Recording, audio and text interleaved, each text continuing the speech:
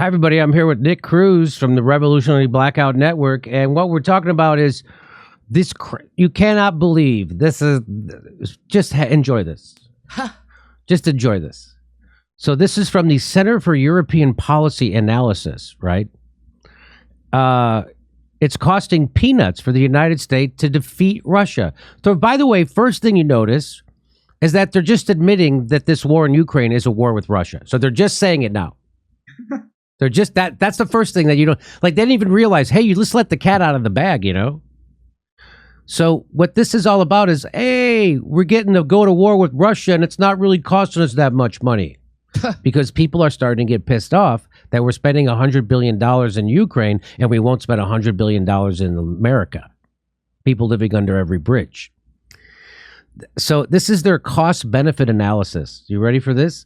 Former President Trump and others in the U.S., including some Democrats as well as Republicans, have criticized continued U.S. support for Ukraine in its war with Russia. They've called for military and financial support to Ukraine to be cut, even ended. They downplay the risk from Russia and argue that the money should be spent at home.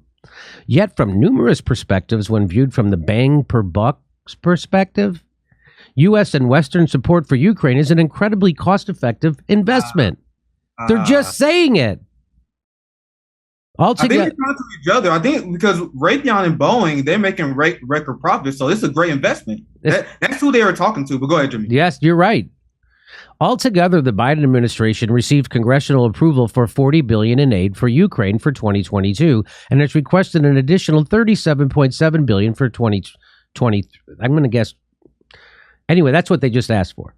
More than half of this aid has been earmarked for defense, meaning weapons. That's what they mean. Good morning. This is from Glenn Greenwald. The United States Congress is about to send another $44 billion to Boeing, Raytheon, and the CIA for the war in Ukraine. That's a total of $100 billion sent by the United States in just 10 months.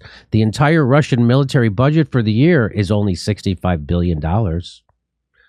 Wow. This article was published, by the way, that he's linking to, this New York Times article was published on November 18th. So just since then, the number has risen from $78 billion to $100 billion, just so you know. These sums pale, this is according to SIPA, these sums pale into insignificance when set against a global U.S. defense budget of $715 billion for 2022. The assistance represents 5.6% of the total U.S. defense spending. It actually has gone up since then, so now it's up over 7% of the total U.S. defense budget is going to Ukraine. But Russia is a primary adversary of the U.S., a top-tier rival. Not too far behind China. And why are they? Because they want to invade the United States? Does Russia and China want to invade us and nuke us and kill it? No. What do they want to do?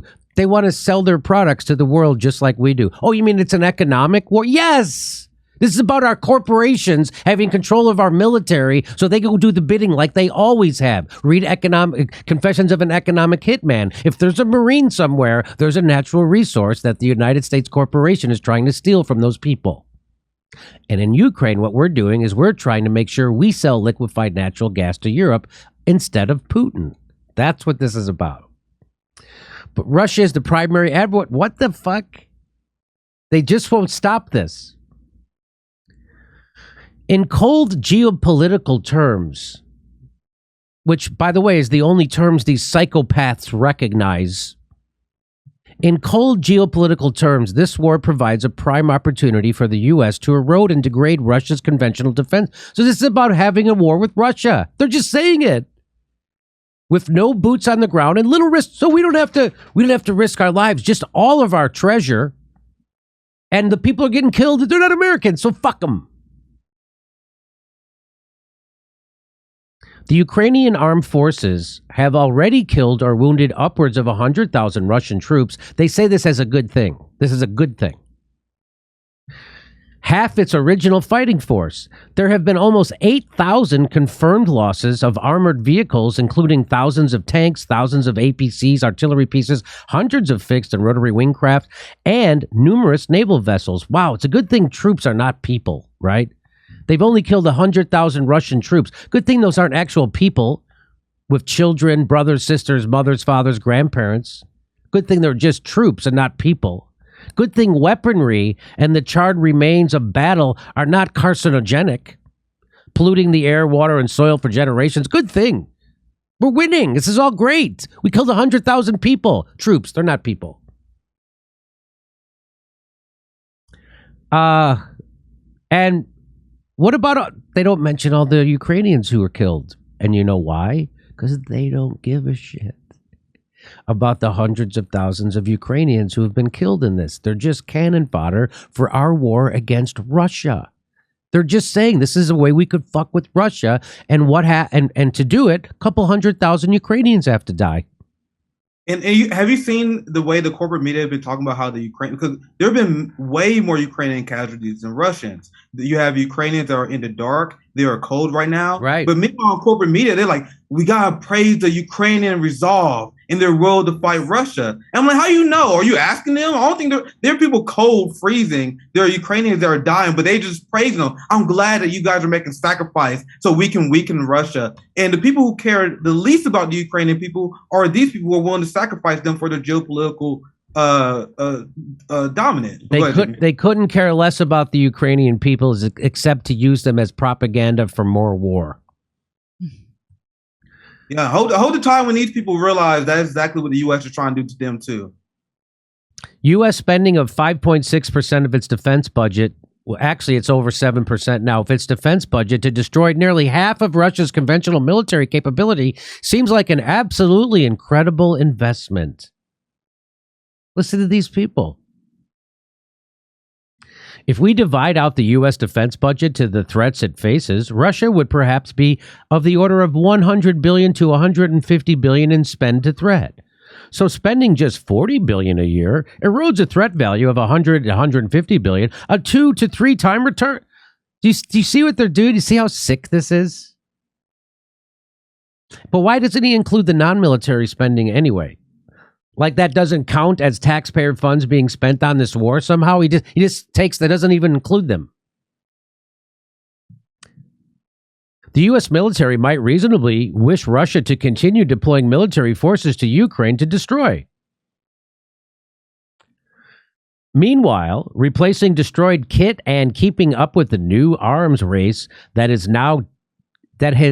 has now triggered with the West will surely end up bankrupting the Russian economy. Especially it's not happening. Russia is now making partnerships with China. No, it's not happening. We're killing the petrodollar is what's actually happening, which is the thing that props up the American dollar. We're doing this. Why? At the behest of fossil fuel companies. That's what we're doing. That's literally what we're doing. Meanwhile, and no mention of the cost to the Western Europeans who will not be able to afford to heat their homes during this winter. They don't ever mention that. How can Russia possibly hope to win an arms race when the combined GDP of the West is $40 trillion and its defense spending amounting to 2% of the GDP totals, well in excess of the $1 trillion so this is more just gobbledygook to make you think that somehow this is a good Christian thing to do and that Russia's an evil empire again, instead of just a regular country that is way less evil than the United States. They certainly kill less people. Vladimir Putin will have to divert spending from consumption to defense, risking social and political unrest over the medium term. Do you see we just cause pain and nightmare everywhere we go? Now we're trying to do it to the Russian people. We want to cause them pain, economic pain. Just imagine how much more of a bargain Western military aid will be if it ultimately brings positive regime change. So they want to overthrow Putin. This is about us, again, wanting to do regime change of another country. And who do we get in bed to do it with in Syria? We got in bed with Al-Qaeda in Syria and ISIS in Syria to do it. Same thing in Libya. We got in bed with them to do this. And who do we get in bed with in Ukraine? Nazis. So we can have a regime change that we think would be better for American companies. And have you seen that Israel right now is doing their part in whitewashing the Nazis in Ukraine? Yes. and on the Revolutionary Blackout, we explain this all the time. You have to whitewash the crimes of these thugs, the Banderite thugs who went after Romani people. They went after Muslims in the area. Peace Corps literally sent a warning to Black organizers: say, don't go down here. They will call you the monkey. They will call you the N-word, and they will treat you in a negative way. Meanwhile, you have the West. They're trying their best to whitewash Nazis. That is what our mainstream media is doing. That is what the modern left, the NATO left, is doing. But sorry, go ahead, Jimmy. No, you're right. You're 100% right. But just imagine what a bargain this war is. $100 billion while people are sleeping under every bridge in America. What a bargain. And by the way, the people sleeping on the bridges in America, the homeless, at least 35% of them are either children or disabled. Just so you want to know. Okay. Now, people like to say, oh, they're all just drug addicts. Okay. Note also that the war is also pushing NATO partners to quickly increase spending to the 2% of GDP to both. Given the U.S. technological advantage in defense equipment, a sizable share of this additional military outlay. So what they're literally saying is that since other NATO countries are, by the agreement to be in NATO, they have to spend 2% of their GDP on military. Look how it'd be great for American companies because they have to buy that shit from us. That's what that's saying. Mm-hmm. That's just a fortuitous side benefit of this war. It's increased profits for the weapons manufacturers. I mean, that's just a side benefit. That's not the main thing. Who could have anticipated this lucky happenstance that weapons manufacturers are making money off the Ukraine war? Defense stocks Lockheed, Northrop, and Raytheon receive Ukraine aid boost. Really? Let's see how much. Helping the Ukraine beat Russia surely also sends a powerful signal to China that again, this is from that same article. Where, again, we get to go hate on China, too. You mean China who makes all our shit? China who makes all our stuff. And if they wanted to, could wreck this country if they cut off all the stuff they make for us. I bet they make all our masks. This may raise questions in the minds of Xi Jinping and the People's Liberation Army generals about their ability to win a conflict against countries armed with U.S. Western military technology, for example, in Taiwan. These people are fucking maniacs. They can't wait for that war. They can't wait.